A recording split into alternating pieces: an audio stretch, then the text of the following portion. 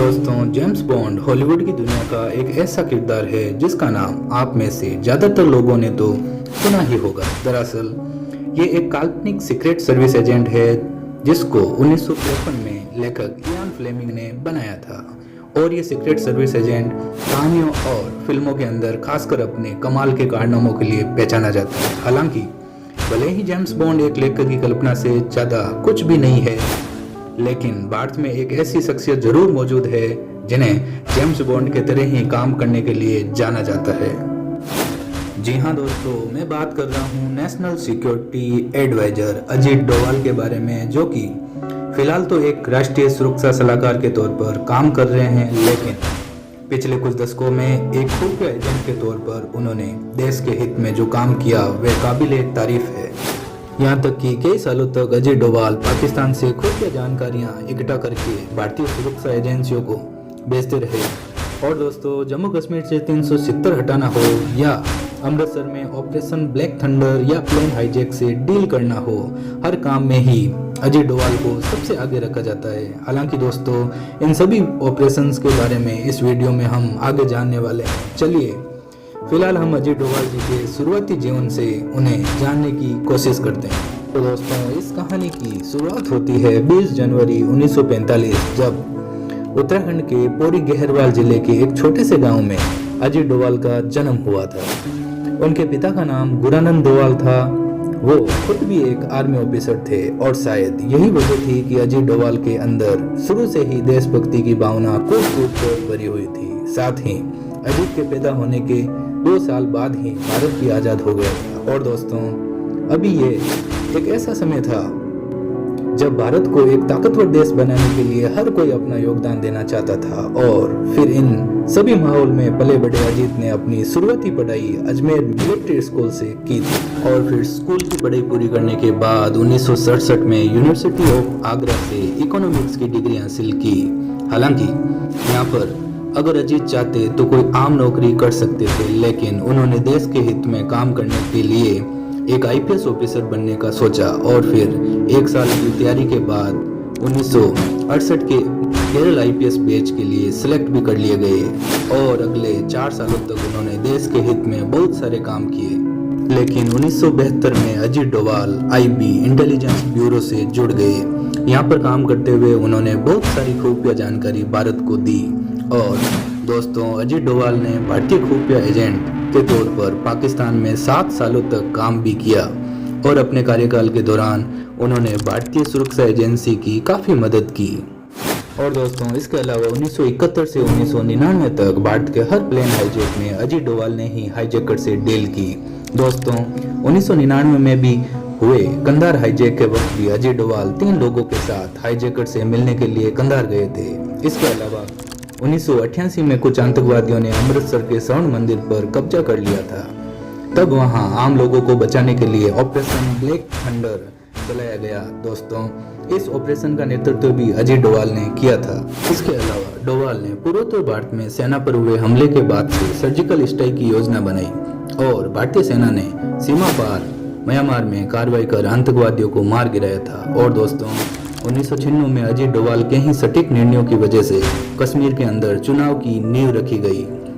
दोस्तों, अजय डोवाल आईबी में रहते हुए मल्टी एजेंसी सेंटर और joint task force on intelligence के फाउंडर व चेयरमैन भी रह चुके हैं। साथ ही 31 जुलाई 2004 से 31 जनवरी 2005 तक अजय डोवाल आईबी के डायरेक्टर के पद पर भी काम कर चुके हैं। हालांकि यहाँ पर काम करने के बाद से उन्होंने रिटायरमेंट लेने का फैसला ले लिया था, लेकिन अपने सच्चे देशभक्ति कहाँ खत्म होने वाली थी। रिटायरमेंट के बाद भी सुरक्षा से जुड़े हुए मुद्दों में अजय डोवाल हमेशा ही आगे रहा करते हैं। हालांकि आगे चलकर अजय डोवाल के एक्सपीरियंस को देखते हुए उन्हें 2014 में राष्ट्रीय सुरक्षा सलाहकार नियुक्त किए गए। और इस तरह से अजय डोवाल फिर एक बार एक्शन में आ गए और सबसे पहले ईरान में फंसी 46 भारतीय नर्सों को वहां से निकालने का उन्होंने काम किया। और दोस्तों, 2016 में पाकिस्तान में हुए सर्जिकल स्ट्राइक को प्लान करने का श्रेय भी अजय डोवाल को ही जाता है। और जब 2019 में विंग कमांडर अभिनंदन गलती से पाकिस्तान पहुंच गए थे, तब अजय डोवाल ही थे जिन्होंने नियम कानून याद दिलाते हुए साफ साफ ये कह दिया था कि अभिनंदन को कुछ भी होता है तो भारत हर स्थिति से निपटने के लिए पूरी तरह तैयार है। और दोस्तों, हाल ही में जम्मू कश्मीर में धारा 370 हटने के बाद से हालातों को काबू रखने में भी अजीत डोभाल ने अहम भूमिका निभाई और इस तरीके से 74 साल के हो जाने के बाद भी अजीत डोभाल आज भी भारत की सेवा करते हुए नजर आते हैं। और दोस्तों, उनके अभी तक के कारनामों को देखा जाए तो भारत का जेम्स बॉन्ड कहना कोई गलत नहीं है। उम्मीद करता हूं कि भारत के जेम्स बॉन्ड अजीत डोभाल की यह कहानी बहुत पसंद आई होगी। तो दोस्तों, सच्चे देशभक्त अजीत डोभाल के बारे में आपकी क्या राय है, कमेंट करके जरूर बताइए। और हमारा चैनल अभी तक सब्सक्राइब नहीं किया है तो अभी कर दो, और इस वीडियो को लाइक नहीं किया है तो अभी कर दो। आपका बहुमूल्य समय देने के लिए धन्यवाद।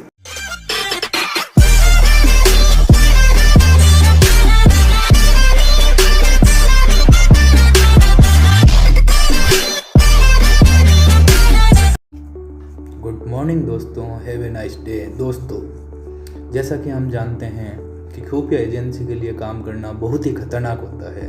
एक तो अपने परिवार से दूरी बनानी पड़ती है, दूसरी बाहर देशों में जाकर उनकी खुफिया जानकारी देश तक पहुंचानी पड़ती है। और अगर ऐसा करते हुए कोई एजेंट पकड़ा जाए तो अपने देश की सरकार भी मजबूरन उनसे पल्ला झाड़ लेती है। हालांकि दोस्तों, देश के लिए काम करते हुए बहुत सारे एजेंट्स के साथ ऐसा हो चुका है, लेकिन कुछ ही एजेंट्स ऐसे हैं जिनकी बात बाहर लीक हो पाई है। दोस्तों, आज का वीडियो ऐसे ही एक भारतीय जासूस के ऊपर है जो कि देश की सुरक्षा के लिए पाकिस्तान से जुड़ी खुफिया जानकारी मुहैया कराते रहे। इतना ही नहीं, पाकिस्तान में रहते हुए पाकिस्तान की आर्मी तक ज्वाइन कर ली। जी हाँ दोस्तों, तो मैं बात कर रहा हूँ भारतीय जासूस रविंद्र कोसी की, जिनकी ज़िंदगी की कहानी किसी फिल्म से कम नहीं है और उनके साहस को देखते हुए लोग उन्हें ब्लैक टाइगर भी कहते हैं। दोस्तों, इस कहानी की शुरुआत होती है 11 अप्रैल 1952 को, जब स्वतंत्र भारत के श्रीगंगानगर राजस्थान में रविंद्र कोसी का जन्म हुआ। उन्हें बचपन से ही थिएटर से काफ़ी लगाव था और इसलिए वे आगे चलकर एक थिएटर आर्टिस्ट बनना चाहते थे। वो कहते हैं ना दोस्तों, खुली आंखों से देखे हुए सपने हमेशा ही सच होते हैं, और रविंद्र के साथ भी कुछ ऐसा ही हुआ। वो बड़े होकर थिएटर में काम करने लगे, लेकिन रविंद्र की किस्मत में कुछ और ही लिखा था। एक बार रविंद्र जब लखनऊ में एक शो कर रहे थे, तब रॉ के कुछ अधिकारियों की नज़र उन पर पड़ी और वे उनकी एक्टिंग से काफ़ी प्रभावित हुए। इसलिए शो के बाद रॉ के अधिकारियों ने रविंद्र को बुलाया और पूछा, क्या तुम रॉ के लिए काम करोगे? रविंद्र कौशिक ने देश के लिए काम करने को तुरंत हाँ भर दी, क्योंकि देश की सेवा से बड़ा तो कुछ भी नहीं है। और रविंद्र को एक सफल जासूस बनाने के लिए दिल्ली में उनकी ट्रेनिंग भी शुरू कर दी गई, और 2 साल की ट्रेनिंग पूरी करने के बाद वो पूरी तरह से तैयार हो गए थे। बिल्कुल दोस्तों, और ट्रेनिंग के दौरान रविंद्र का खतना भी किया गया ताकि वो किसी के पकड़ में ना आए। साथ ही उन्हें उर्दू सिखाई गई तथा पाकिस्तान से संबंधित कुछ जरूरी जानकारियाँ दी गई। और दोस्तों, दोनों देशों के बोलचाल व रहन सहन में ज़्यादा अंतर ना होने की वजह से रविंद्र पाकिस्तान में बहुत जल्द ही एडजस्ट हो गए। रविंद्र पाकिस्तान गए तब उनकी उम्र थी 23 साल और वह समय चल रहा था 1975 का। इसी बीच भारत से पाकिस्तान जाकर रविंद्र वहाँ रहने लगे और वहाँ रहते हुए उन्होंने नबी अहमद साकिर नाम अपनाया। और वहाँ की नागरिकता पाने के बाद उन्होंने वहाँ की यूनिवर्सिटी से लॉ की पढ़ाई की, और पढ़ाई पूरी करने के बाद वो पाकिस्तान आर्मी में सिविलियन कलर के पद पर काम करने लगे। और फिर आगे उन्होंने पाकिस्तान के ही मिलिट्री अकाउंट डिपार्टमेंट में भी काम किया।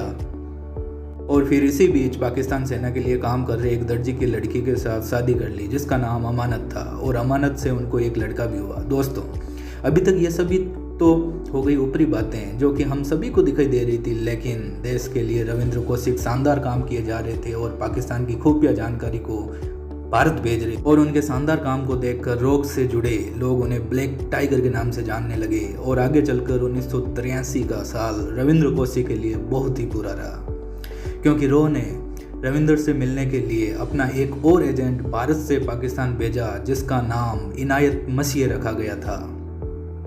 लेकिन इनायत को पाकिस्तान ने इस बार धर दबोचा। फिर उगलवाने के बाद उसने रविंद्र कौशिक की भी असलियत का भी पर्दाफाश कर दिया, और फिर रविंद्र कौशिक को भी गिरफ्तार करते हुए करीब 2 सालों तक उन्हें अलग अलग जेलों में रखा गया।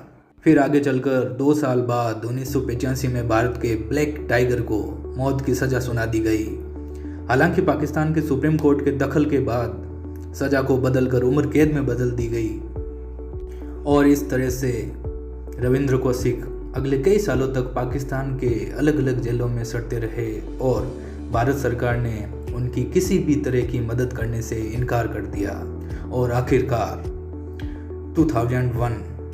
2001 में रविंद्र कौशिक मुल्तान पाकिस्तान की न्यू सेंट्रल जेल में अपनी आखिरी सांस ली। और दोस्तों कहते हैं कि आखिरी समय में उनकी तबीयत काफ़ी ख़राब हो गई थी। मृत्यु के बाद भारत सरकार ने उनका शव लेने से भी इनकार कर दिया और इस तरह से वतन के लिए अपना सारा कुछ लुटाने वाले रविंद्र कौशिक को देश की मिट्टी भी नसीब नहीं हुई। हालांकि इन सभी मामलों में सरकार की भी कुछ मजबूरियां होती है और इन बातों को शायद आप भी जानते हैं, लेकिन दोस्तों देश की भावना से रविंद्र कौशिक की ये कहानी किसी के लिए भी प्रेरणा से कम नहीं होगी। और जब तक हमारे देश में ब्लैक टाइगर जैसे हीरो पैदा होते रहेंगे तब तक हमारे देश पर कोई मुसीबत नहीं आएगी। उम्मीद है कि रविंद्र कौशिक की ये कहानी आपको बहुत पसंद आई होगी। जय हिंद, जय भारत। गुड मॉर्निंग दोस्तों, my self Dinesh Acharya. Please stay home, stay safe.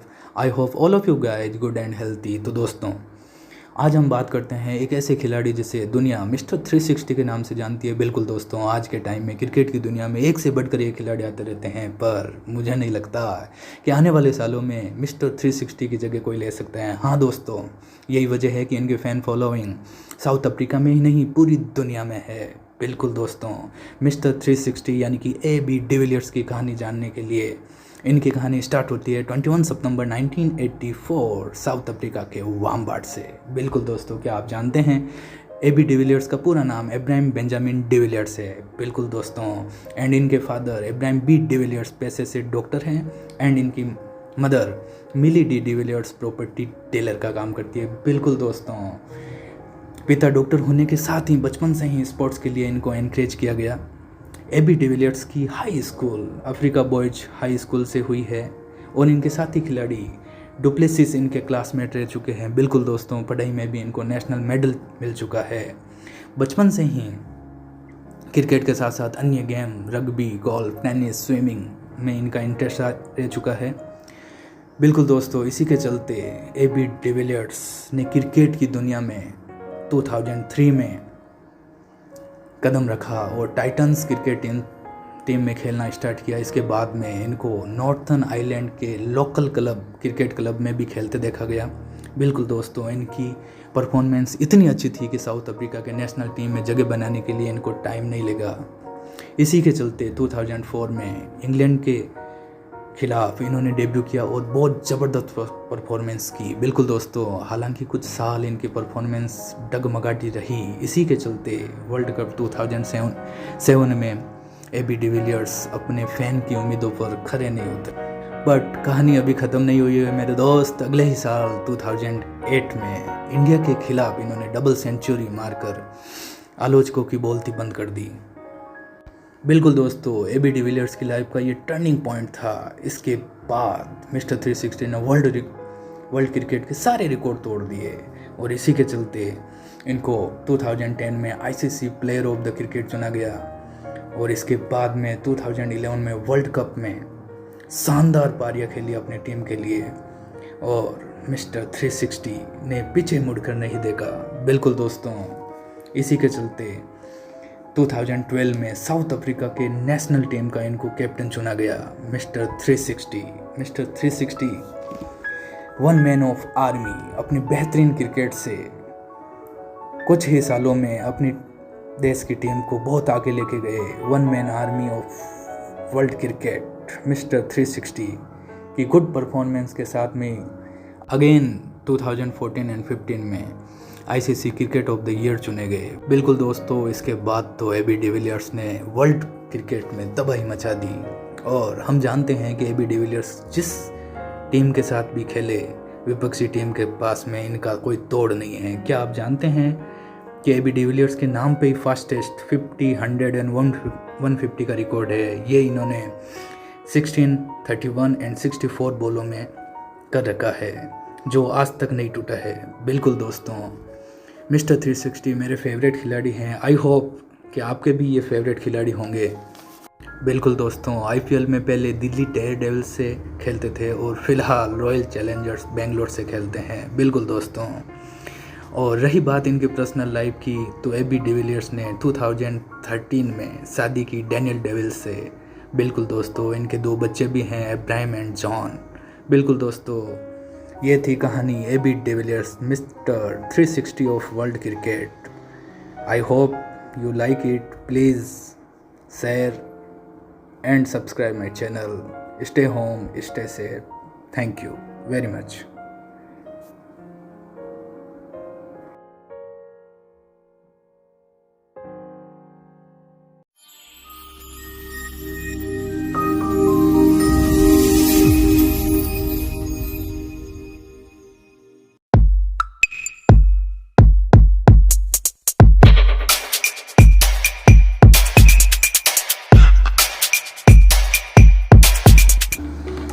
साहस, स्वाभिमान, आत्मविश्वास, त्याग और बहादुरी की मिसाल शहीद भगत सिंह, एक महान क्रांतिकारी जो 23 साल की छोटी सी उम्र में हंसते हंसते देश के लिए फांसी पर झूल गए थे।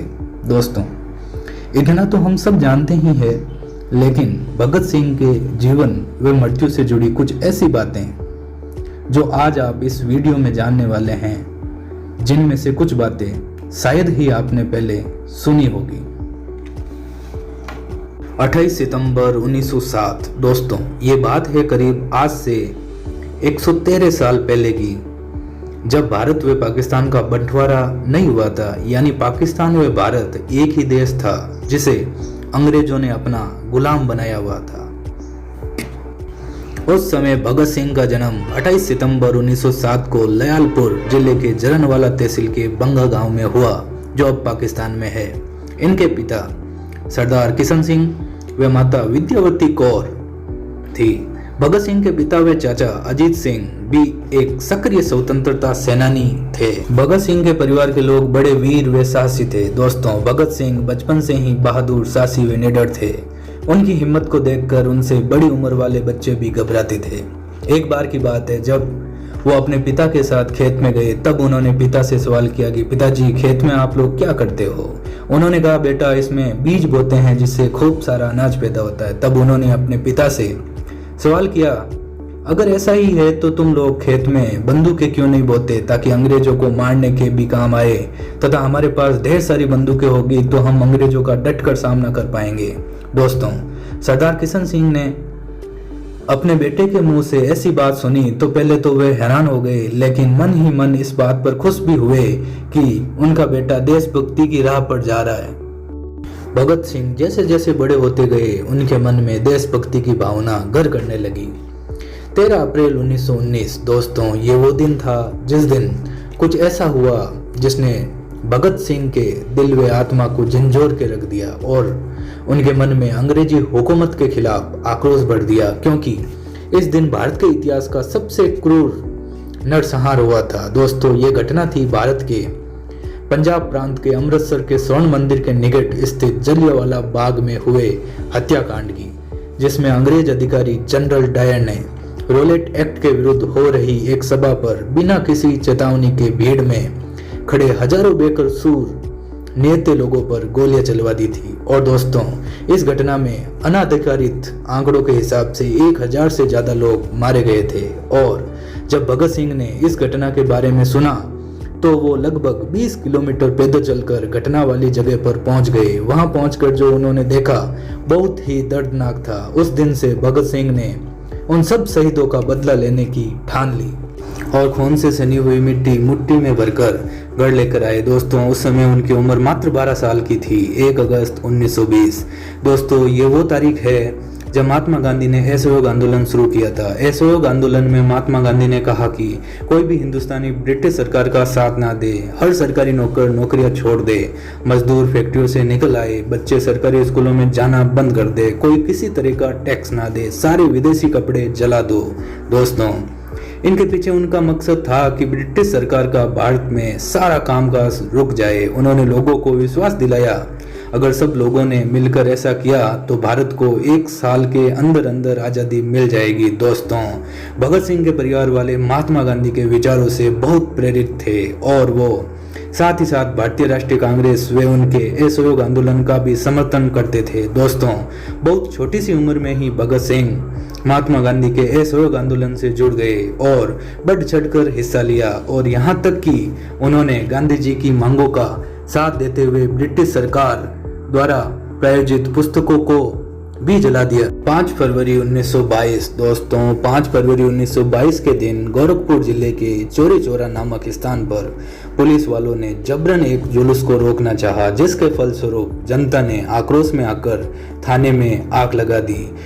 इसमें एक थानेदार व 21 सिपाही की मृत्यु हो गई। और दोस्तों इस घटना से गांधी जी स्तब्ध हो गए और नाराज होकर गांधी जी ने अपना असहयोग आंदोलन ये कहकर वापस ले लिया कि स्वतंत्रता के लिए अभी हमारा देश पूरी तरह से तैयार नहीं है। गांधी जी के असहयोग आंदोलन को रद्द कर देने के कारण भगत सिंह के मन में गांधी जी के प्रति रोष उत्पन्न हो गया, लेकिन पूरे राष्ट्र की तरह वह भी गांधी जी का सम्मान करते थे। लेकिन उन्होंने गांधी जी के अहिंसात्मक मार्ग की जगह आज़ादी के लिए हिंसात्मक मार्ग अपनाना उचित समझा। उन्होंने जुलूसों में भाग लेना प्रारंभ किया। उनके ग्रुप के क्रांतिकारियों में से प्रमुख सुखदेव, चंद्रशेखर आजाद वे राजगुरु थे। 9 अगस्त 1925 दोस्तों 9 अगस्त 1925 को भारतीय स्वतंत्रता संग्राम के क्रांतिकारियों द्वारा ब्रिटिश राज के विरुद्ध भयंकर युद्ध छेड़ने के इरादे से हथियार खरीदने के लिए ब्रिटिश सरकार का खजाना लूट लेने की एक ऐतिहासिक घटना हुई थी, जिसको आज हम कांकोरी कांड से जानते हैं। और इस घटना में पकड़े गए क्रांतिकारियों में से 4 को फांसी की सजा तथा 16 अन्य क्रांतिकारियों को 4 साल से लेकर उम्र कैद की सजा सुनाई। और इस बात से भगत सिंह इतने अधिक क्रोधित हुए कि उन्होंने 1928 को नौजवान भारत सभा को हिंदुस्तान रिपब्लिक एसोसिएशन में विलय करके उसका नया नाम हिंदुस्तान सोशलिस्ट रिपब्लिक एसोसिएशन रखा। 30 अक्टूबर 1928 दोस्तों 1928 वही साल था जिसमें साइमन कमीशन के बहिष्कार के लिए भयानक प्रदर्शन हुए। 30 अक्टूबर 1928 को इन्होंने लाहौर में साइमन कमीशन के विरुद्ध एक विशाल प्रदर्शन में हिस्सा लिया, जिसके दौरान हुए लाठीचार्ज में लाला लाजपत राय जी बुरी तरह से घायल हो गए। उस समय लाला लाजपत राय जी ने कहा था, मेरे शरीर पर पड़ी एक एक लाठी ब्रिटिश सरकार के ताबूत में एक एक कील का काम करेगी। 17 नवंबर 1928 दोस्तों 17 नवंबर 1928 को इन्हीं चोटों के कारण लाला लाजपत राय का निधन हो गया। और दोस्तों इनकी मृत्यु से पूरा देश गम में डूब गया। लेकिन भगत सिंह व उनके साथियों ने अंग्रेजी सरकार को सबक सिखाने के लिए स्कॉट को मारने की योजना बनाई, जो उस टाइम ब्रिटिश सरकार में सुपरिटेंडेंट ऑफ पुलिस थे। दोस्तों 17 दिसंबर 1928 को करीब 4:15 के दौरान लाहौर कोतवाली पर भगत सिंह, चंद्रशेखर आजाद, राजगुरु और जय गोपाल तैनात हो गए और स्कॉट की जगह सैंडर्स को देखकर उसे मारने के लिए आगे बढ़ गए, क्योंकि सैंडर्स भी उसी जालिम हुकूमत का नुमाइंदा था। और फिर भगत सिंह व राजगुरु ने मिलकर सैंडर्स की गोली मारकर हत्या कर दी और वहां से भाग निकले। और इस तरह से इन लोगों ने लाला लाजपत राय जी के मौत का बदला ले लिया। दोस्तों ब्रिटिश सरकार को भारत के आम आदमी, मजदूर, छोटे व्यवसायी व गरीब लोगों के दुख तकलीफों से कोई लेना देना नहीं था। उनका मकसद सिर्फ भारत देश को लूटना और भारत पर शासन करना था। अपने इसी नापाक इरादे के साथ ब्रिटिश सरकार मजदूर विरोधी बिल पारित करना चाहती थी, लेकिन भगत सिंह, चंद्रशेखर व उनके दल को यह मंजूर नहीं था कि देश के आम इंसान, जिनकी हालत पहले से गुलामी के कारण खराब थी, वो और खराब हो जाएगी। और इसी बिल पर विरोध जताने के लिए भगत सिंह व उनके साथी बटुकेश्वर दत्त ने दिल्ली की केंद्रीय असेंबली में 8 अप्रैल 1929 को बम फेंके। दोस्तों वहां बम फेंकने का मकसद किसी की जान लेना नहीं था, बल्कि ब्रिटिश सरकार को अपनी बेखबरी भरी गहरी नींद से जगाना व बिल के खिलाफ विरोध जताना था। बम फेंकने के बाद भगत सिंह व उनके साथी बटुकेश्वर दत्त ने इंकलाब जिंदाबाद के नारे लगाते हुए स्वयं अपनी गिरफ्तारी दी, क्योंकि दोस्तों भगत सिंह ने दृढ़ निश्चय कर लिया था कि उनका जीवन इतना जरूरी नहीं जितना कि अंग्रेजों द्वारा भारतीयों पर किए जा रहे अत्याचारों को विश्व के सामने लाना। दोस्तों गिरफ्तार होने के बाद भगत सिंह व बटुकेश्वर दत्त को जिस जेल में रखा गया, वहां भगत सिंह ने देखा वहां रखे गए अंग्रेज व भारतीय कैदियों में बहुत भेदभाव किया जा रहा था। भारतीय कैदियों के लिए वहां सब कुछ बहुत दुखदायी था। जेल प्रशासन द्वारा उपलब्ध करवाई गई वर्दियां वर्षों से नहीं बदली गई थी। रसोई क्षेत्र व भोजन चूहे व कॉकरोचों से भरा रहता था। पढ़ने व लिखने के लिए अखबार व कागज पेन आदि नहीं दिया जाता था, जबकि उसी जेल में अंग्रेज कैदियों को सारी सुविधाएं उपलब्ध थी। यह देखकर भगत सिंह ने कहा कि कानून सबके लिए एक है, और उन्होंने यह निर्णय ले लिया कि जब तक उनके साथ इंसानों जैसा व्यवहार नहीं किया जाता, खाने लायक खाना, साफ सुथरे कपड़े व पढ़ने के लिए अखबार, लिखने के लिए पेन कागज नहीं दिया जाता, वो खाना नहीं खाएंगे। जून 1929। दोस्तों, यहाँ से सफर शुरू होता है उनकी भूख हड़ताल का, जिसमें बटुकेश्वर दत्त ने भी उनका साथ दिया। दोस्तों, उनकी भूख हड़ताल तोड़वाने के लिए अंग्रेज अधिकारियों ने ऐसे जुल्म ढाए जिसकी कल्पना करके भी रूह कांप जाएगी। उन्हें घंटों तक बर्फ की सीलियों पर लेटाकर कोड़ों से पीटा जाता, जबरदस्ती उनके मुंह में दूध डालने की कोशिश की जाती, और इसी के चलते उनके दूसरे साथी क्रांतिकारियों को भी गिरफ्तार कर लिया गया। और दोस्तों, कुछ दिनों बाद भगत सिंह को लाहौर जेल में शिफ्ट कर दिया गया, जहां उनके बाकी साथियों को भी रखा गया था। दोस्तों, भगत सिंह की भूख हड़ताल को देखकर उन सब ने भी भूख हड़ताल करना शुरू कर दिया, जिसमें सुखदेव, राजगुरु, जतेंद्र नाथ दास और अन्य सभी क्रांतिकारी शामिल थे। और दोस्तों, उन सभी क्रांतिकारियों के साथ भी अंग्रेजी सरकार ने वही सलूक करना शुरू कर दिया, यहाँ तक कि उनको कई दिनों तक पानी भी नहीं दिया जाता था। उनके पानी के घड़ों में भी पानी की जगह दूध रख दिया जाता था, जिससे कि वे लोग तड़प कर अपनी भूख हड़ताल तोड़ दे। लेकिन न जाने वो किस मिट्टी के बने थे, वो कमजोर नहीं पड़े। 13 सितंबर 1929। दोस्तों, 13 सितंबर 1929 को जेल में भूख हड़ताल के कारण जेल में एक महान स्वतंत्रता सेनानी और क्रांतिकारी जतेंद्र नाथ दास की मृत्यु हो गई थी। दोस्तों, उन्होंने 63 दिनों तक कुछ नहीं खाया था, लेकिन उनकी भूख हड़ताल अटूट रही। दोस्तों, उनके मौत के सदमे ने पूरे भारत को हिला दिया, और आखिरकार अंग्रेजी सरकार को उनके जिद के आगे घुटने टेकने पड़े और भगत सिंह की सारी शर्तों को मानना पड़ा। 5 अक्टूबर 1929। दोस्तों, क्या आप जानते हो, भगत सिंह व बटुकेश्वर दत्त ने अपनी भूख हड़ताल पूरे 116 दिन के बाद 5 अक्टूबर 1929 को तोड़ी थी। दोस्तों, है ना ये हैरान कर देने वाली बात। 116 दिनों के बाद भगत सिंह का वजन 60 किलो से 6.4 किलो कम हो गया था। 26 अगस्त 1930। दोस्तों, 26 अगस्त 1930 को अदालत ने भगत सिंह को भारतीय दंड संहिता की धारा 129, 302 तथा विस्फोटक पदार्थ अधिनियम की धारा 4 और 6F तथा आईपीसी की धारा 120 के अंतर्गत अपराधी सिद्ध किया। 7 अक्टूबर 1930 को अदालत द्वारा 68 पृष्ठों का निर्णय दिया गया, जिसमें भगत सिंह, सुखदेव तथा राजगुरु को फांसी की सजा और अन्य सभी क्रांतिकारियों को आजीवन कारावास की सजा सुनाई गई। 23 मार्च 1931। दोस्तों, फांसी देने का दिन 24 मार्च 1931 सुबह का रखा गया था, लेकिन भारत के लोगों में भगत सिंह की फांसी को लेकर काफी आक्रोश भरा हुआ था। इसलिए अंग्रेजी सरकार ने 23 मार्च को ही फांसी देने का फैसला लिया। दोस्तों, जेल के अधिकारियों ने जब भगत सिंह को यह सूचना दी कि उनके फांसी का वक्त आ गया है, तब वो एक किताब पढ़ रहे थे, तो उन्होंने कहा था, ठहरिए, पहले एक क्रांतिकारी एक दूसरे से मिल तो लें। फिर 1 मिनट बाद किताब छत की ओर उछालते हुए बोले, ठीक है, अब चलो। दोस्तों, फांसी के लिए जाते हुए भगत सिंह, राजगुरु, सुखदेव तीनों मस्ती से गाना गा रहे थे, मेरा रंग दे बसंती चोला, मेरा रंग दे बसंती चोला, मेरा रंग दे बसंती चोला, मैं रंग दे बसंती चोला। और फांसी के तख्त पर खड़े होकर जोर जोर से इंकलाब जिंदाबाद के नारे लगाने लग गए थे। वे लोग बहुत खुश थे, क्योंकि वे लोग देश के लिए कुर्बानी देने जा रहे थे।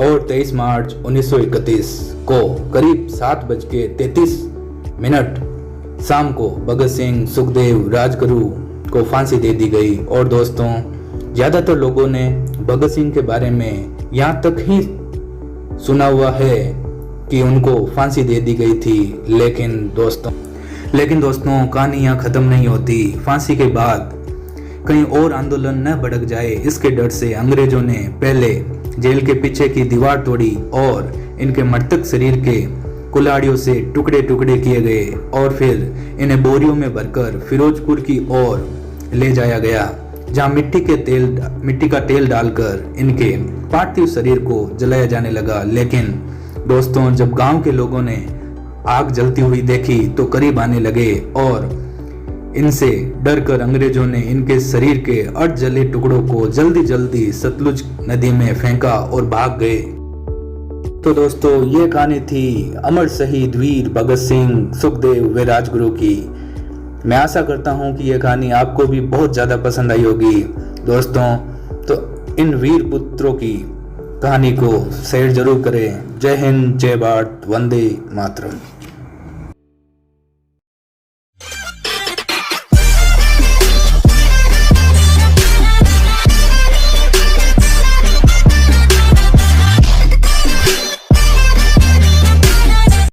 ऋषिकेश की एक लड़की जिसे सिंगिंग का बहुत शौक था, उसने 4-5 साल की उम्र से ही गाना शुरू कर दिया। परिवार की आर्थिक स्थिति अच्छी नहीं थी। बड़ी बहन जिस कॉलेज में पढ़ती थी, उसके पिताजी उस कॉलेज के सामने समोसे बेचते थे, जिस कारण कॉलेज के बच्चे उसकी बहन का मजाक उड़ाया करते थे। कुछ समय बाद उस लड़की ने माता के जगराते में गाना शुरू कर दिया था, जहाँ से उसे पूरी रात गाने के लिए 100 से 150 रुपये मिलते थे। इसके बाद वर्ष 2005 में उसने इंडियन आइडल के दूसरे सीजन में हिस्सा लिया, लेकिन इसे वहाँ से भी रिजेक्ट कर दिया गया। इन सब के बावजूद उसने हार नहीं मानी और वर्ष 2008 में उसने खुद का एल्बम रिलीज किया, जिसका नाम था नेहा द रॉक स्टार। उसके बाद उसने शाहरुख खान के लिए एल्बम लॉन्च किया, जिसने उसको रातों रात स्टार बना दिया और आज वो बॉलीवुड की जानी मानी सिंगर में से एक है। बिल्कुल दोस्तों, मैं बात कर रहा हूँ नेहा कक्कड़ की, जिन्हें कभी इंडियन आइडल से रिजेक्ट किया गया था। वो आज अपनी काबिलियत के दम पर उसी इंडियन आइडल की जज है। मिलते हैं नेक्स्ट वीडियो में, तब तक के लिए keep smiling and keep sharing. Thank you very much. एक राजा को जब पता चला कि मेरे राज्य में एक ऐसा व्यक्ति है जिसका सुबह सुबह मुंह देखने से दिन भर भोजन नहीं मिलता, सच्चाई जानने की इच्छा से राजा ने उस व्यक्ति को सुबह सुबह दरबार में बुलाया और उसका चेहरा देखकर उसे वापस भेज दिया। उस दिन राजा इतना बिजी हो गया कि उसे शाम तक भोजन करने का टाइम ही नहीं मिला। इस बात से गुस्सा होकर राजा ने उस व्यक्ति को तुरंत फांसी की सजा का हुक्म दे दिया। जब उस व्यक्ति को फांसी लगने वाली थी, तब राजा ने उससे आखिरी इच्छा पूछी। तब उस व्यक्ति ने जवाब दिया कि मुझे फांसी लगने के बाद आप खुद को क्या सजा दोगे, क्योंकि मेरा मुंह देखने से आपको तो सिर्फ एक दिन का खाना नसीब नहीं हुआ है, लेकिन आपका मुंह देखने से तो मुझे मौत मिलने वाली है। इतना सुनते ही राजा शर्म से झुक गया और उस व्यक्ति को छोड़ दिया गया। दोस्तों, ये छोटी सी कहानी हमें ये सिखाती है कि दूसरों में बुराई ढूंढने से पहले एक बार अपने अंदर जरूर झांक लेना चाहिए। और मिलते हैं नेक्स्ट वीडियो में, तब तक के लिए keep smiling and keep sharing. Thank you very much. एक हिरण को बहुत जोरों से प्यास लगी थी। वो पानी पीने के लिए नदी के पास जाता है। जैसे ही पानी पीने के लिए नीचे झुकता है, उसकी नज़र एक शिकारी पर पड़ती है जो उसके बाईं ओर खड़ा था और उस पर निशाना साध रहा था। हिरण वहां से भागने के लिए अपनी दाईं ओर देखता है तो दाईं ओर उसे शेर दिखाई देता है। दोनों तरफ मौत देखकर जब वो पीछे देखता है तो पीछे भी उसे जंगल में आग लगती हुई दिखाई देती है जो उसी की तरफ बढ़ रही थी। अब हिरण के पास कोई रास्ता नहीं था। तब हिरण ने सोचा, मरना तो है ही, क्यों ना जिस काम के लिए मैं आया हूँ उसे पूरा करने की कोशिश की जाए, पहले अपनी प्यास बुझाई जाए। हिरण पानी पीने लगता है, तभी अचानक बारिश शुरू हो जाती है। जंगल की आग बुझने लगती है। बारिश की वजह से शिकारी का निशाना चूकता है और शेर को लग जाता है। शेर शिकारी के पीछे दौड़ने लगता है। जब हिरण पानी पीकर अपने आसपास देखता है तो उसे कोई दिखाई नहीं देता, उसकी जान बच जाती है। दोस्तों, चारों तरफ से आपको प्रॉब्लम्स घेर ले, तब घबराने के बजाय हिरण की तरह ठंडे दिमाग से सोच ले, आपकी प्रॉब्लम सोल्व हो जाएगी। मिलते हैं नेक्स्ट वीडियो में, तब तक के लिए keep smiling and keep sharing. Thank you very much. गुरु गोपाल दास जी अपनी बुक लाइफ्स अमेजिंग सीक्रेट्स में एक बहुत ही कमाल की बात बताते हैं। उनका कहना है कि क्या आपकी लाइफ में कोई प्रॉब्लम है या नहीं। अगर नहीं है तो चैप्टर वहीं क्लोज हो जाता है। आपको चिंता करने की कोई ज़रूरत नहीं है। अगर यदि कोई प्रॉब्लम है तो अपने आप से एक बार फिर से क्वेश्चन करो कि प्रॉब्लम का सॉल्यूशन है या नहीं। यदि प्रॉब्लम का सॉल्यूशन है तो सॉल्यूशन पर फोकस करो और उस प्रॉब्लम को सॉल्व करो। लेकिन अगर प्रॉब्लम ही कुछ ऐसी है जिसका कोई सॉल्यूशन ही नहीं है, तब भी आपको चिंता करने की ज़रूरत नहीं है, क्योंकि जिस प्रॉब्लम का कोई सॉल्यूशन ही नहीं है उसके बारे में चिंता करने से आपको क्या मिलेगा। इसलिए दोस्तों, लाइफ की किसी भी कंडीशन में आपको चिंता करने की ज़रूरत नहीं है। ऐसे ही इंटरेस्टिंग वीडियो पाने के लिए हमारे चैनल को सब्सक्राइब जरूर कीजिएगा। मिलते हैं नेक्स्ट वीडियो में, तब तक के लिए keep smiling and keep sharing.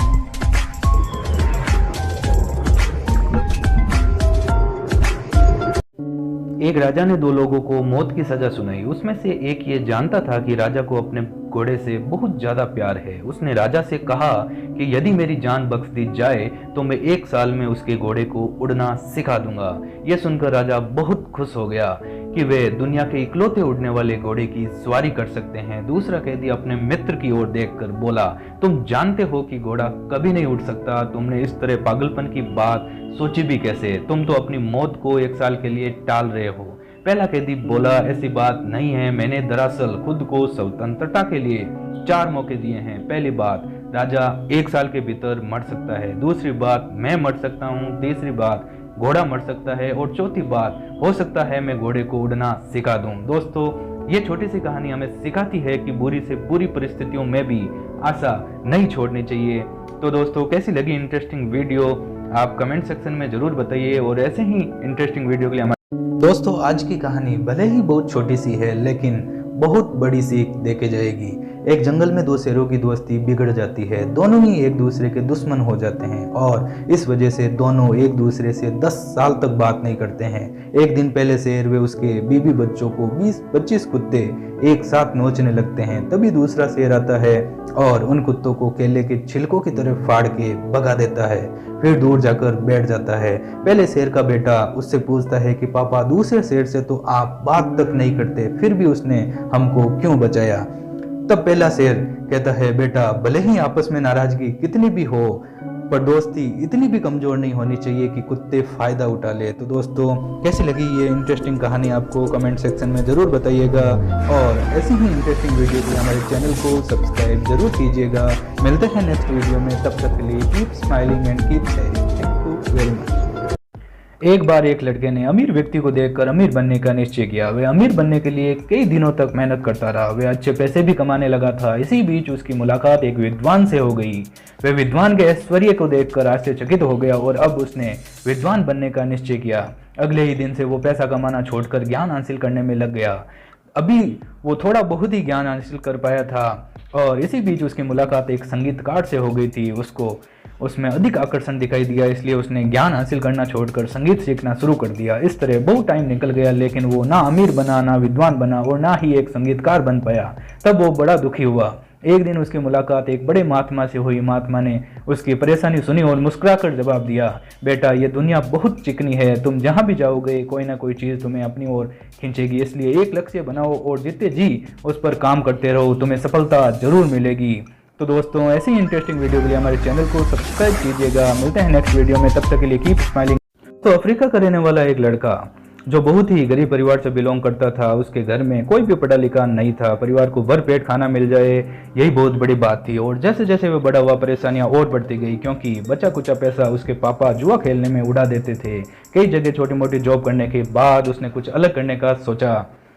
उसने गाड़ियों के पुराने टायर्स खरीदना शुरू किया। यह देखकर उसके दोस्त रिश्तेदार उस पर हंसने लगे कि ये पागल तो नहीं हो गया है, पुराने टायर्स का ये क्या करेगा। लेकिन उस लड़के ने इन सब की बातों पर ध्यान न देते हुए अपना काम जारी रखा और कुछ दिनों बाद उस पर हंसने वाले लोग हैरान रह गए जब उस बंदे ने टायर्स के मजबूत चंपले हुए सैंडल बनाकर सबसे सस्ते दामों पर मार्केट में सेल लगा दिया। और बाद में इस बंदे ने उन लोगों को जॉब पर रखा जिसने इसका मजाक बनाया था। दोस्तों, इस बंदे का नाम है मैल्कम और ये अब एक सफल बिजनेसमैन की जिंदगी जी रहा है। दोस्तों, आपकी परिस्थितियां कितनी भी खराब क्यों ना हो, अगर चाह लोगे तो कर लोगे, क्योंकि जहाँ चाह है वही रहा है। ऐसी इंटरेस्टिंग वीडियो पाने के लिए हमारे चैनल को सब्सक्राइब जरूर।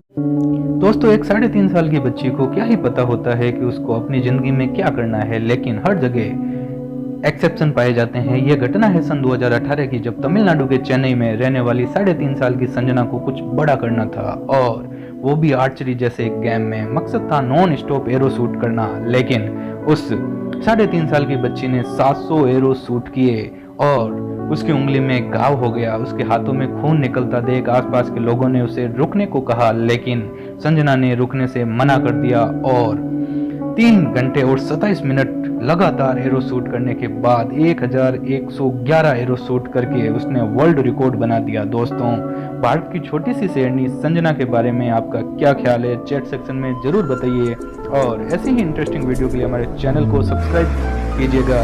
मिलते हैं नेक्स्ट वीडियो में, तब तक के लिए keep smiling and keep sharing. Thank you very much. दोस्तों, आज हम बात करेंगे साधारण व्यक्तित्व के धनी हमारे दूसरे प्रधानमंत्री श्री लाल बहादुर शास्त्री जी के बारे में। आप एक चीज नहीं जानते हैं, वो ये कि लाल बहादुर शास्त्री जी की रियल कार शास्त्री नहीं थी। तो दोस्तों, उनकी रियल कार श्रीवास्तव थी। सवाल ये उठता है कि उन्होंने श्रीवास्तव हटा क्यों दिया और शास्त्री कैसे लगाया। तो चलिए मैं आपको बताता हूँ कि लाल बहादुर शास्त्री जी की ट्रेडिशनल कार श्रीवास्तव थी, लेकिन लाल बहादुर शास्त्री जी को ट्रेडिशनल कार से बहुत प्रॉब्लम थी। इसी वजह से उन्होंने श्रीवास्तव हटा दिया, लेकिन जब वह काशी विद्यापीठ में पढ़ते थे तो उन्हें शास्त्री की उपाधि दी गई थी और इसी वजह से उन्हें लाल बहादुर शास्त्री कहा जाता था। दोस्तों, क्या ये फैक्ट आपको पहले पता था? कमेंट सेक्शन में जरूर बताइएगा और ऐसी ही इंटरेस्टिंग वीडियो के लिए हमारे चैनल को सब्सक्राइब जरूर कीजिएगा। मिलते हैं नेक्स्ट वीडियो में, तब तक के लिए keep smiling and keep sharing.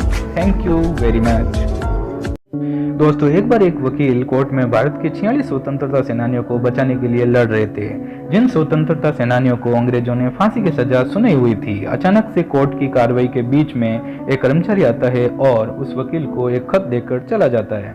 उस खत को पढ़ने के बाद वकील उस खत को साइड में रखता है और अपनी बहस को जारी रखता है।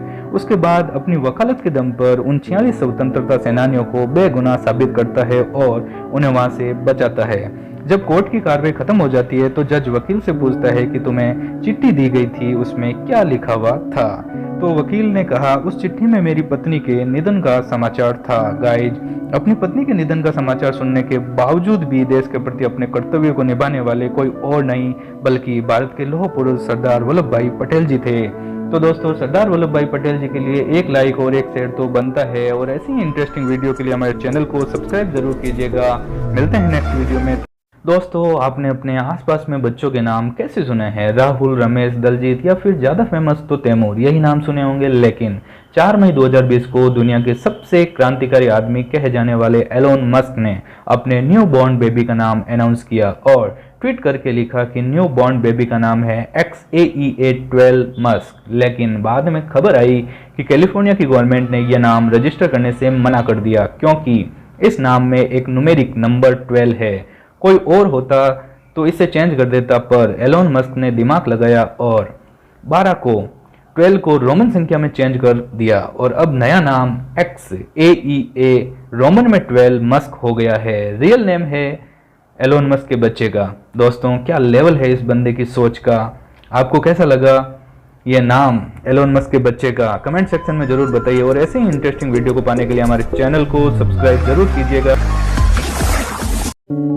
दोस्तों, अल्बर्ट आइंस्टाइन, जिन्हें दुनिया का सबसे बुद्धिमान व्यक्ति माना जाता है, उनकी इंटरनेट पर यह जीभ निकालती हुई फोटो आपने जरूर देखी होगी। दोस्तों, क्या इसके पीछे का राज आप जानते हैं? चलिए मैं आपको बताता हूँ। एक्चुअली हुआ यूं कि अल्बर्ट आइंस्टाइन का 72वां जन्मदिन था। फोटोग्राफर ने उनकी फोटो खींचते वक्त उनसे रिक्वेस्ट की कि सर थोड़ा मुस्कुराइए। अब उस दिन अल्बर्ट आइंस्टाइन मुस्कुरा कर थक चुके थे और इसीलिए उन्होंने इस तरह से मुंह खोलकर जीभ निकाल दी। और आगे ये सुनकर आप हैरान रह जाएंगे कि यही फोटो बाद में 80 लाख रुपए में बेची गई, जिस पर अल्बर्ट आइंस्टाइन का सिग्नेचर भी था। तो दोस्तों, अल्बर्ट आइंस्टाइन का ये फैक्ट देख सुनकर आपको कैसा लगा? चैट सेक्शन में जरूर बताइएगा और ऐसे ही इंटरेस्टिंग वीडियो पाने के लिए हमारे चैनल को सब्सक्राइब जरूर कीजिएगा। मिलते हैं नेक्स्ट वीडियो में, तब तक के लिए keep smiling and keep sharing. Thank you very much. दोस्तों, गूगल यूनाइटेड स्टेट की तीसरी ऐसी टेक्नोलॉजी कंपनी है जिसने एप्पल और माइक्रोसॉफ्ट के बाद $1 ट्रिलियन की वर्थ को छुआ है। बाय द वे, अगर आपको 1 ट्रिलियन का अंदाजा नहीं है तो आप 1 के बाद 12 जीरो लगाइए तो आपको अंदाजा हो जाएगा। 1 ट्रिलियन को 1 मिलियन भी कहते हैं। अब गूगल कितनी पावरफुल है, इसे दिग्गजों की भाषा में समझने की कोशिश करते हैं। टेस्ला और स्पेस एक्स के मालिक एलोन मस्क के अनुसार पूरी दुनिया की इकलौती ऐसी कंपनी है जिससे उन्हें डर लगता है। वहीं अमेजोन के मालिक जेफ बेजोस के अनुसार गूगल एक पहाड़ है जिस पर चढ़ा तो जा सकता है लेकिन उसे हिलाया नहीं जा सकता। दोस्तों, क्या आपको इससे पहले गूगल की पावर का पता था? चैट सेक्शन में ज़रूर बताइए और ऐसे ही इंटरेस्टिंग वीडियो के लिए हमारे चैनल को सब्सक्राइब कीजिएगा। मिलते हैं नेक्स्ट वीडियो में, तब तक के लिए keep smiling and keep sharing. Thank you very much. दोस्तों, international space station space agency के एस्ट्रोनॉट्स के अलावा अब हम प्राइवेट लोगों के लिए भी खुल चुका है। अगर आप स्पेस स्टेशन जाके स्पेस के नज़ारों का मजा लूटना चाहते हैं तो आपको $55 मिलियन यानी कि 400 करोड़ रुपए का भुगतान करना पड़ेगा, जिसमें आप 8 दिन इंटरनेशनल स्पेस स्टेशन में रह सकते हैं। दोस्तों, पहली यात्रा जनवरी 2022 में स्पेस एक्स के थ्रू प्राइवेट एस्ट्रोनॉट को करवाई जाएगी, जिसमें 3 लोग जाएंगे।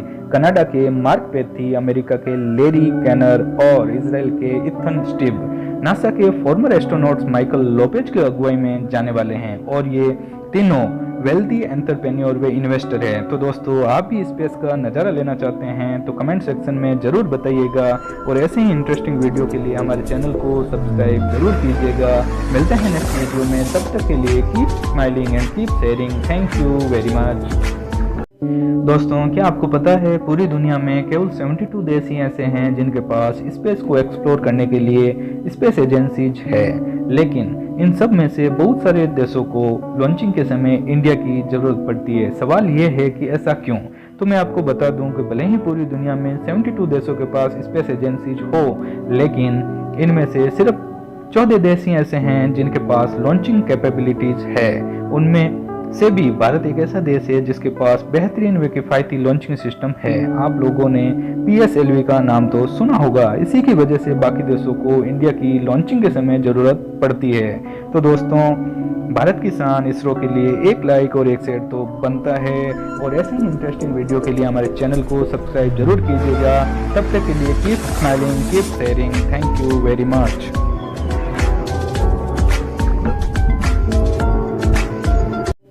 दोस्तों, क्या आपको पता है डीजल इंजन का आविष्कार रुडोल्फ डीजल ने किया था, लेकिन अफसोस की बात यह है कि 1913 में रुडोल्फ डीजल ने सुसाइड कर लिया था। और सुसाइड का रीजन जानकर आप हैरान रह जाओगे, क्योंकि रुडोल्फ डीजल को ये लगता था कि जो डीजल इंजन का आविष्कार उन्होंने किया है वो बेकार है, फिजूल है, कभी काम नहीं आने वाला। सिर्फ इसी वजह से उन्होंने सुसाइड कर लिया था, बहुत जल्दी हार मान ली। अब 2018 की रिपोर्ट के अनुसार पूरी दुनिया के 60% व्हीकल में डीजल इंजन का उपयोग हो रहा है। इसीलिए कहते हैं कि इतनी जल्दी हार नहीं मानना चाहिए, किस्मत का पहिया कब पलट जाए किसको पता। दोस्तों, ऐसे ही इंटरेस्टिंग वीडियो पाने के लिए हमारे चैनल को सब्सक्राइब कीजिएगा और मिलते हैं नेक्स्ट वीडियो में। तब तक के लिए keep smiling and keep sharing. Thank you very much. दोस्तों, अभी अभी महाराष्ट्र के नासिक से एक अजीब सा वाक्य सामने आया है। नासिक के अरविंद सोनार का ये दावा है कि वैक्सीन की दोनों डोजेज लगाने के बाद उनके शरीर में चुंबकीय शक्तियाँ पैदा हो गई है, वो मैग्नेट मैन बन चुके हैं। मतलब ये है कि उनके शरीर से सिक्के व चम्मच चिपकने लग गए हैं। पहले तो उन्होंने सोचा कि ये पसीने के कारण होगा, लेकिन नहाने के बाद भी ऐसा देखा गया। इसके साथ ही अरविंद सोनार ने यह भी कहा कि उन्हें वैक्सीन लगाने के बाद कोई साइड इफ़ेक्ट नहीं है और किसी तरह की कोई प्रॉब्लम नहीं हुई थी। प्रशासन की तरफ से भी ये जवाब आया कि हम इसकी पुष्टि नहीं कर सकते, ये वैज्ञानिकों के जांच का विषय है। दोस्तों, आपकी क्या राय है अरविंद सोनार के बारे में? क्या वाकई में अरविंद सोनार मैग्नेट मैन बन चुके हैं? इसके बारे में ज़रूर बताएं कमेंट बॉक्स में और ऐसी ही इंटरेस्टिंग वीडियो पाने के लिए हमारे चैनल को सब्सक्राइब कीजिएगा। मिलते हैं नेक्स्ट वीडियो में, तब तक के लिए keep smiling and keep sharing. चलो दोस्तों, आपको एक सिंपल सा सवाल पूछता हूँ। मेरा सवाल ये है कि टेलीफोन का आविष्कार किसने किया था?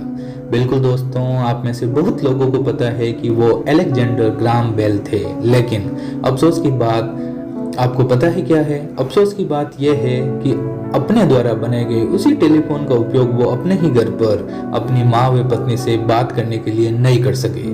क्या उसके पीछे का रीजन जानते हैं? उसके पीछे का रीजन ये है कि उनकी माँ व पत्नी दोनों डेफ यानी कि बहरी थी, वो सुन नहीं सकती थी। ऊपर वाले का खेल देखिए दोस्तों, क्या ये फैक्ट आपको पहले से पता था? कमेंट सेक्शन में जरूर बताइएगा और मिलते हैं ऐसे ही इंटरेस्टिंग वीडियो में। तब तक के लिए keep smiling and keep sharing, और ऐसे ही इंटरेस्टिंग वीडियो पाने के लिए हमारे चैनल को सब्सक्राइब जरूर कीजिएगा। धन्यवाद। दोस्तों, क्या आपको पता है इरफान खान की पहली हॉलीवुड फिल्म दुनिया में सबसे ज़्यादा कमाई करने वाली सूची में 6ठे स्थान पर थी, जिसने लगभग 1.67 बिलियन डॉलर की कमाई की थी। अभी ये सक्सेस स्टोरी तो सभी लोगों को पता है, लेकिन इसके पीछे उनकी स्ट्रगल स्टोरी बहुत कम लोगों को पता है। इरफान खान की ज़िंदगी में एक ऐसा समय भी था जब इसी सीरीज की पहली फिल्म जुरासिक पार्क को देखने तक के पैसे नहीं थे। जब वो मुंबई आए तो ऐसी रिपेयर करने का काम शुरू किया था, लेकिन मेहनत के दम पर वो ऐसे मुकाम पर पहुंच गए जहां जिस फिल्म को देखने के लिए उनके पास पैसे नहीं थे, उस फिल्म को अभिनेता के तौर पर साइन किया। इसीलिए कहते हैं कि अपने आप पर विश्वास रखो और मेहनत करते जाओ, एक दिन आपका वक्त जरूर बदलेगा। बिल्कुल दोस्तों, मिलते हैं नेक्स्ट वीडियो में, तब तक के लिए keep smiling and keep sharing. Thank you. तो ऑस्ट्रेलिया में एक बंदा टेट्रा एमिलिया सिंड्रोम बीमारी के साथ पैदा हुआ। इस बीमारी में इंसान के जन्म से ही हाथ पैर नहीं होते हैं। इस लड़के को अब बिना हाथ पैर जीवन बिताना था। वो जैसे जैसे बड़े हुए जीना मुश्किल हो गया। स्कूल और कॉलेज में बच्चे उसे देखकर हंसते थे। इन सब बातों के बावजूद वे डिमोटिवेट नहीं हुआ। इसी बीच एक बार उसने स्कूल में 6 बच्चों के सामने एक स्पीच दी। स्पीच सुनकर वे बच्चे बहुत प्रभावित हुए। उन्होंने उसे फ्यूचर में स्पीकर बनने का सुझाव दिया। कुछ दिन सोचने के बाद उसने ठान लिया मुझे अब स्पीकर ही बनना है, और उसने खूब मेहनत की और 6 बच्चों के सामने स्पीच देने वाला लड़का आज दुनिया के लगभग सभी देशों में करोड़ों युवाओं को मोटिवेट कर रहा है। बिल्कुल दोस्तों, मैं बात कर रहा हूँ मोटिवेशनल स्पीकर निक वुजुजिक की, जिन्होंने दोनों हाथ पैर नहीं होने के बावजूद भी वो मुकाम हासिल किया जिसके लोग सपने देखते हैं। बिल्कुल दोस्तों, इस रियल हीरो के लिए एक लाइक और एक शेयर तो बनता है, और ऐसी ही इंटरेस्टिंग वीडियो पाने के लिए हमारे चैनल को जरूर सब्सक्राइब कीजिएगा, और नई वीडियो की अपडेट के लिए बेल आइकन। एक 8 साल का लड़का जिसे फुटबॉल खेलने का इतना शौक था कि वह स्कूल में क्लास से ज्यादा फुटबॉल मैदान में होता था, लेकिन जब वो 15 साल का हुआ तो उसे हार्ट प्रॉब्लम हो गई और डॉक्टर ने कहा सर्जरी करनी पड़ेगी या फिर उसे फुटबॉल खेलना बंद करना पड़ेगा। उसने सर्जरी करवाई तथा रिकवर होते ही वापस मैदान पर लौटा, लेकिन मुश्किलें यहीं पर खत्म नहीं होती। इसी बीच शराब पीने के कारण उसके पिता की मृत्यु हो जाती है। इस घटना ने उसे अंदर तक हिला दिया, क्योंकि उसके घर में अब कमाने वाला कोई नहीं था और घर में बड़ा आर्थिक संकट आ गया। इस कारण से उसकी माँ को दूसरों के घरों में खाना बनाने का काम भी करना पड़ा। इन सब के बावजूद उसने अपना खेल जारी रखा और कठिन परिश्रम के दम पर महज 18 साल की उम्र में English football club Manchester United club ने $17 मिलियन में खरीदा। इसके साथ ही वो दुनिया का सबसे महंगा खिलाड़ी बन गया। बिल्कुल दोस्तों, मैं बात कर रहा हूँ क्रिस्टियानो रोनाल्डो की, जिनकी लाइफ में मुश्किलें तो बहुत आई, लेकिन वो डटे रहे, क्योंकि विपरीत परिस्थितियों में कुछ लोग बिखर जाते हैं तो कुछ लोग निखर जाते हैं। तो दोस्तों, क्रिस्टियानो रोनाल्डो के लिए एक लाइक और एक शेयर तो बनता है। दोस्तों, गरीब परिवार में जन्मा एक लड़का जिसके पिता किसान थे और वो बोलने में थोड़ा हकलाता था, जिसकी वजह से स्कूल के लड़के उसका मजाक उड़ाते थे। इन सब के बावजूद उसने सपना देखा कॉमेडी एक्टर बनने का, लेकिन वो जहाँ भी ऑडिशन देने जाते उसे हकलाने की बीमारी के कारण कई बार रिजेक्ट कर दिया गया। फिर भी उस बंदे ने हार नहीं मानी और अब उसने अपनी कमजोरी पर नहीं बल्कि अपनी स्ट्रेंथ पर फोकस किया और नॉन स्पीक कॉमेडी करना शुरू कर दिया। उसने 1990 में mister Bean TV show publish किया और मिस्टर बीन के कैरेक्टर ने उसे पूरी दुनिया में कॉमेडी का किंग बना दिया। बिल्कुल दोस्तों, मैं बात कर रहा हूँ रोवन एटकिंसन की, जिनकी स्टोरी सुनने के बाद हमें सीखने को मिलता है कि जब हम कुछ करने की ठान ले और जुनून हो कुछ करने का, तो फिर दुनिया की कोई भी ताकत हमें हमारे सपने पूरे करने से नहीं रोक सकती। बिल्कुल दोस्तों, ये थे मिस्टर बीन। मिस्टर बीन के लिए एक लाइक और एक शेयर तो बनता है, और ऐसी ही इंटरेस्टिंग वीडियो पाने के लिए हमारे चैनल को जरूर सब्सक्राइब कीजिएगा। धन्यवाद। एक बार स्वामी विवेकानंद जी विदेश गए हुए थे। वहाँ उनके स्वागत के लिए कई लोग आए। उन्होंने स्वामी जी के सामने हाथ बढ़ाया और इंग्लिश में हेलो कहा। जवाब में स्वामी जी ने कहा नमस्ते।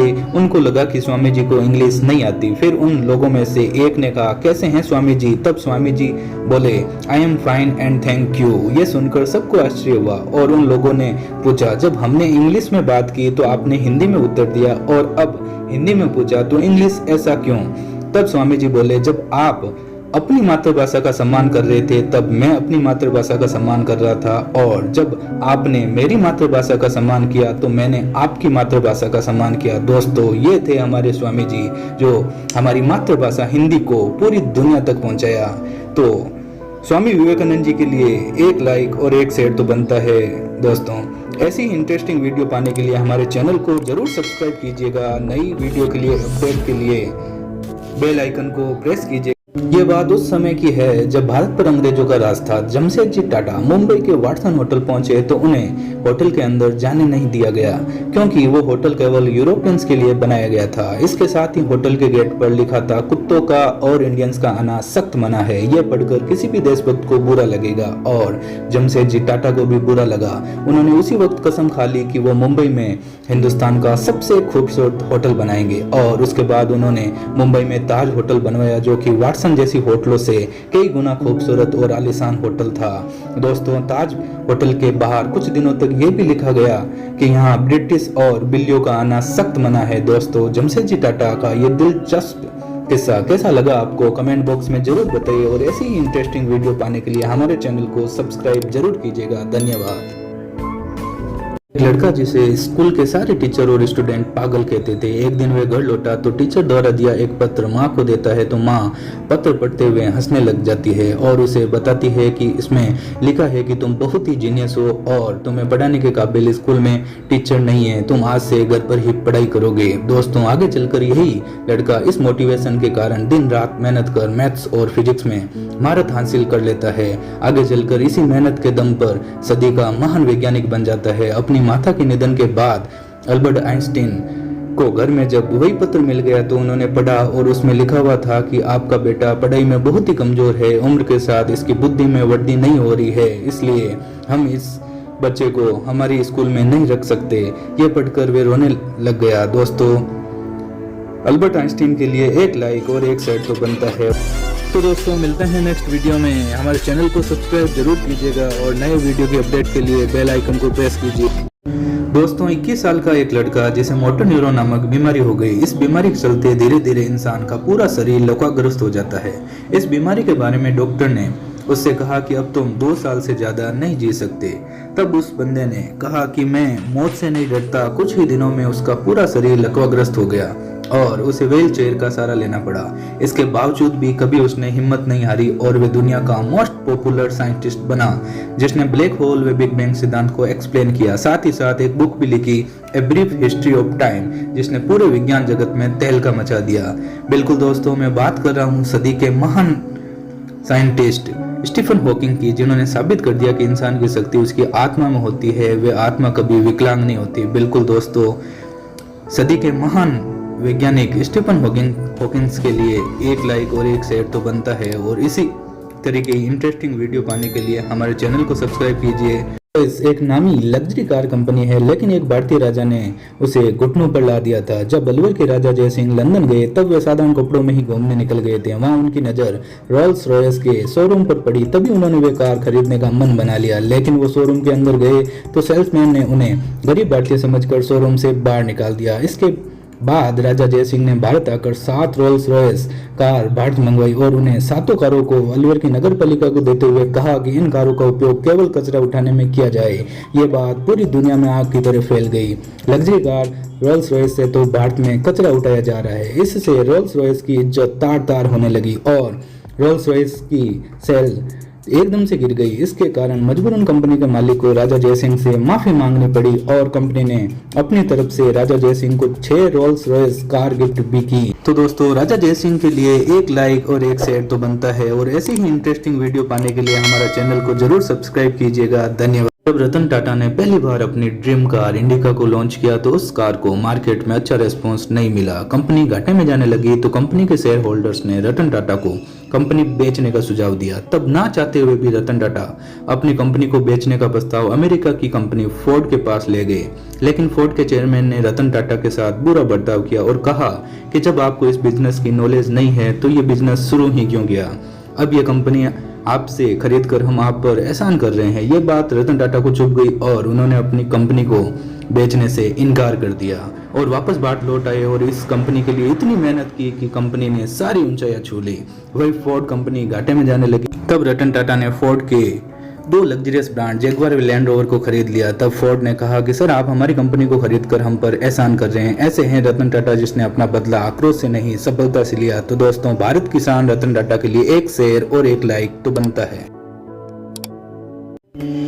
दोस्तों, क्या आप जानते हो भारतीय पहलवान दारा सिंह के बारे में? इन्होंने कुश्ती के क्षेत्र में भाट का नाम पूरी दुनिया में रोशन किया।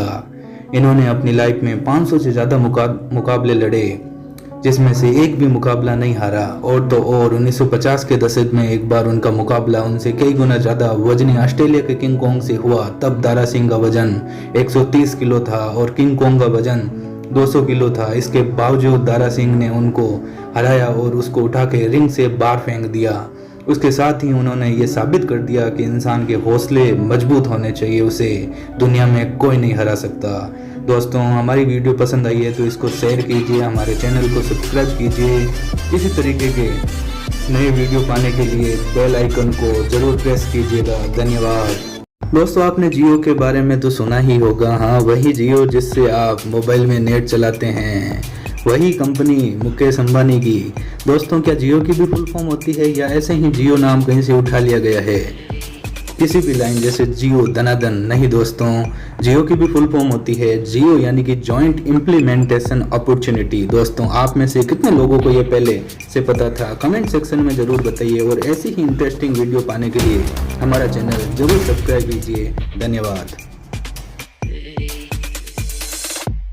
दोस्तों, अगर आपने गौर किया हो तो आपने देखा होगा कि महात्मा बुद्ध के मूर्तियों और तस्वीरों में उनके गुगराले बाल दिखाए जाते हैं, लेकिन असल में वे बाल है ही नहीं।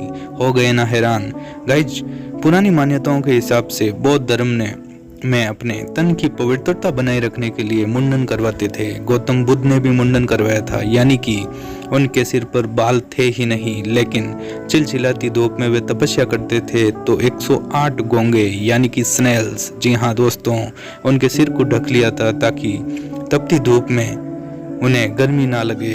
दोस्तों, क्या आपको ये पहले पता था? कमेंट सेक्शन में ज़रूर बताइए और ऐसे ही इंटरेस्टिंग वीडियो पाने के लिए हमारा चैनल सब्सक्राइब जरूर करें। धन्यवाद। हमारा भारत देश किस्से और कहानियों के लिए पूरे विश्व में फेमस है। बहुत सारी रहस्यमयी कहानियां हमने अपनी दादी नानी माता पिता से सुनी है। आज हम लेकर आए हैं ऐसे ही कुछ धार्मिक स्थलों से जुड़ी रहस्यमयी कहानियां, जिनको सुनकर आप सोचने पर मजबूर हो जाओगे। दोस्तों, मेरा नाम है दिनेश और मैं आप सभी का स्वागत करता हूं द मिस्टीरियस प्लेन्स पर एक बार फिर। दोस्तों, इतना विशाल देश दुनिया की सबसे पुरानी संस्कृतियों का प्रतीक है। इसके साथ ही भारत के अंदर कई ऐसे राज छुपे हुए हैं जिस पर वैज्ञानिक व तर्कशास्त्री आज तक बहस कर रहे हैं। कहानियों की इस लंबी लिस्ट में सबसे पहले हम बात करते हैं ऐसे मंदिर के बारे में जहां के खंभों से निकलते हैं सातों सुर, हम्पी के संगीतमय खंभे। हम्पी में भगवान विष्णु के अवतार विट्ठल जी का विशाल मंदिर है। 56 खंभों का वाला ये मंदिर प्राचीन शिल्प कला का जीता जागता खूबसूरत नमूना है। खूबसूरती के अलावा एक बात इसे बहुत ही खास बना देती है। यहाँ मौजूद 56 खंभों में से किसी को चोट की जाती है तो 7 ध्वनियाँ निकलती है। इसी के चलते इसे सारा गामा पैलेस भी कहा जाता है। गुलाम भारत में जब अंग्रेजों को ये बात पता चली तो अंग्रेजों ने इस रहस्य को जानने के लिए 2 खंभों को काट के देखा गया, लेकिन वे खंभे खोखले निकले। आज भी इस जगह इन कटे हुए खंभों को देखा जा सकता है। इसी कड़ी में दूसरा है मंदिर का 7वां दरवाजा। हमारे देश में कई मंदिर है तथा उनमें दबे कई रहस्य भी है। यह मंदिर इतना ज्यादा रहस्यमय है कि बहुत सालों के बाद भी लोग सुलझा नहीं पाए हैं। जिस मंदिर का हम जिक्र कर रहे हैं, जिसका 7वां दरवाजा अभी तक खोला नहीं गया है। बिल्कुल दोस्तों, आइए जानते हैं इसकी पूरी कहानी। तमिलनाडु में मौजूद प्राचीन मंदिर अनंत पदम नाम स्वामी को लेकर कई कहानियां प्रचलित है। वहां एक रहस्यमय बड़ा दरवाजा मौजूद है और ऐसी मान्यता है कि एक सिद्ध साधु ही गरुड़ मंत्र के जरिए इसे खोल सकता है। दोस्तों, इस दरवाजे के पीछे का सच क्या है किसी को मालूम नहीं है। कुछ लोगों के मुताबिक दरवाजे के पीछे से अरब सागर के लहरों की आवाज सुनाई देती है। वहीं कई लोगों का मानना है कि यह आवाज सांपों की है। कहानियों की इस कड़ी में आगे जानते हैं एक पत्थर से जुड़ा रहस्य जो सालों से बना हुआ है। जी हाँ दोस्तों, करिश्माई पत्थर की ताकत का अंदाजा विज्ञान भी नहीं लगा पाया है। पुणे में हजरत कमल अली दरवेश की एक चर्चित दरगाह है। हजारों श्रद्धालु अपनी मन्नतों के साथ यहाँ सदके के लिए जाते हैं।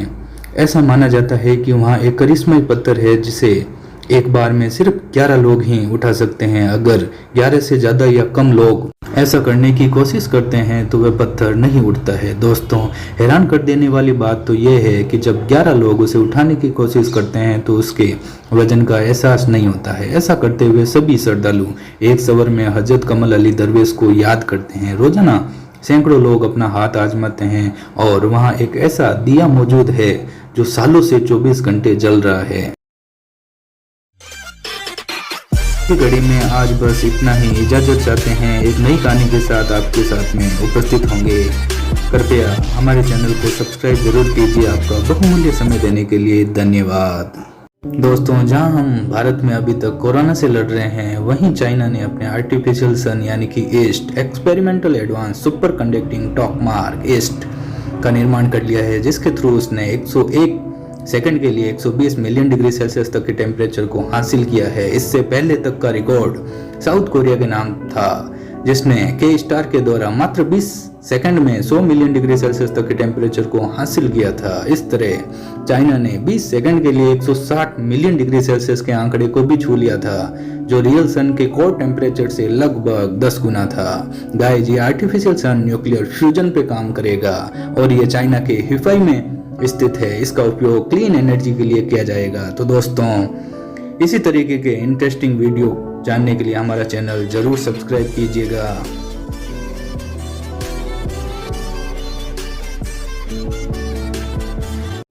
दोस्तों, बेचना एक आर्ट है। आप जितने अलग तरीके से अपने प्रोडक्ट का विज्ञापन करेंगे, आपका प्रोडक्ट उतना ही ज़्यादा लोगों के दिमाग पर चढ़ने लगेगा और आपकी सेल्स भी बढ़ने लगेगी। और कुछ ऐसा ही किया रेड बुल ने, क्योंकि एक बार रेड बुल ने अपनी एनर्जी ड्रिंक लंदन में लॉन्च की। सबसे पहले उन्होंने ट्रेडिशनल विज्ञापन दिए जैसे टीवी और रेडियो पर, लेकिन उसका असर लोगों पर नहीं पड़ रहा था और उनकी सेल्स भी नहीं बढ़ रही थी। रेड बुल ने दिमाग लगाया और रेड बुल ने खाली कैन लंदन की सड़कों पर और डस्टबिन में डलवा दिए। जब लोगों ने सुबह उठ के देखा तो ये सोचा कि ये ड्रिंक इतनी बिकती है तो खरीदना शुरू कर दिया। है ना गजब का आइडिया। दोस्तों, कैसा लगा आपको ये आइडिया? कमेंट सेक्शन में जरूर बताइए और ऐसे ही इंटरेस्टिंग वीडियो पाने के लिए हमारा चैनल जरूर सब्सक्राइब कीजिए। दोस्तों, आज हम एक ऐसे रहस्य की बात कर रहे हैं जो अभी तक अनसुलझा ही लगता है। जी हाँ दोस्तों, बरमुडा ट्रायंगल दुनिया के अनसुलझे रहस्यों में से एक है। यहाँ हुई अजीब घटनाओं के कारण इसे डेविल्स ट्रायंगल भी कहा जाता है। बरमुडा ट्रायंगल उत्तरी अटलांटिक महासागर का एक ऐसा हिस्सा है जहां गुजरने वाला हर हवाई जहाज व समुद्री जहाज रहस्यमयी ढंग से लापता हो जाते हैं। मैं दिनेश आप सभी का एक बार फिर स्वागत करता हूं the mysterious friends YouTube channel पर। बरमुडा द्वीप मायामी शहर तथा Puerto Rico 5 lakh square metre में फैले हुए इस बरमुडा ट्रायंगल के 3 बिंदु है। फ्लाइट 19 की दुर्घटना के बारे में आप में से बहुत लोग जानते होंगे। 5 दिसंबर 1945 को अमेरिकन नेवी के 5 विमानों ने फ्लाइट 19 नामक रूटीन एक्सरसाइज के लिए फ्लोरिडा से उड़ान भरी। उड़ान भरने के 1 घंटे 45 मिनट के बाद ही फ्लाइट लेफ्टिनेंट चार्ल्स सी टेलर ने कंट्रोल टावर को सूचित किया कि वहां की स्थिति कुछ असामान्य है। वहां फ्लाइट के सारे कंपस ने काम करना बंद कर दिया था और लेफ्टिनेंट को दिशा का कोई अंदाजा नहीं हो रहा था। उनके अनुसार समुद्र भी सामान्य से कुछ अलग ही दिख रहा था। कुछ देर बाद उनका अमेरिका के स्टेशन से संपर्क टूट गया था।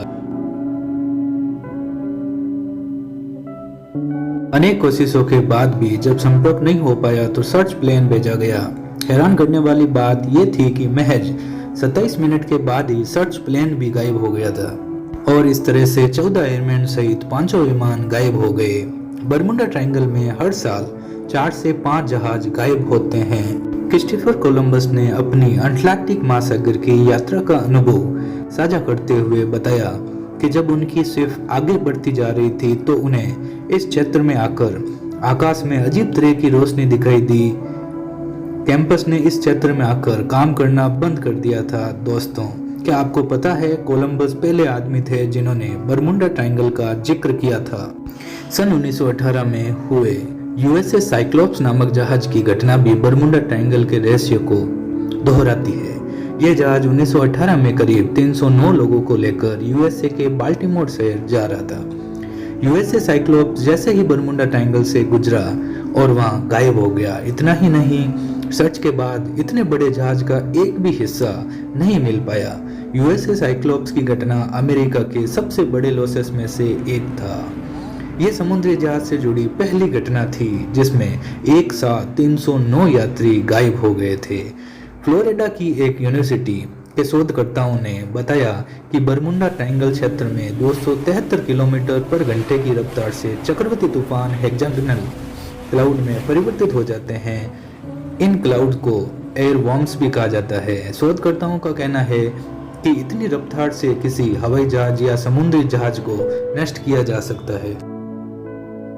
इस क्षेत्र में रेडियो संपर्क टूटने का कारण है इन बादलों के हाई डेंसिटी। इस घनत्व पर किसी भी प्रकार के रेडियो सिग्नल्स काम करना बंद कर देते हैं। वैज्ञानिकों के अनुसार जब हेक्सागोनल क्लाउड समुद्र से टकराते हैं तो बहुत ऊंची तथा विशाल लहरें उठने लगती है और इन तथ्यों से तो यही लगता है कि अब बरमुडा ट्रायंगल का रहस्य अनसुलझा नहीं रहा है। तो दोस्तों, बरमुडा ट्रायंगल का रहस्य जानकर कैसा लगा आपको कमेंट में जरूर बताइएगा और दुनिया की रहस्यमयी बातों को जानने के लिए हमारा चैनल जरूर सब्सक्राइब कीजिएगा। आपका बहुमूल्य समय देने के लिए धन्यवाद।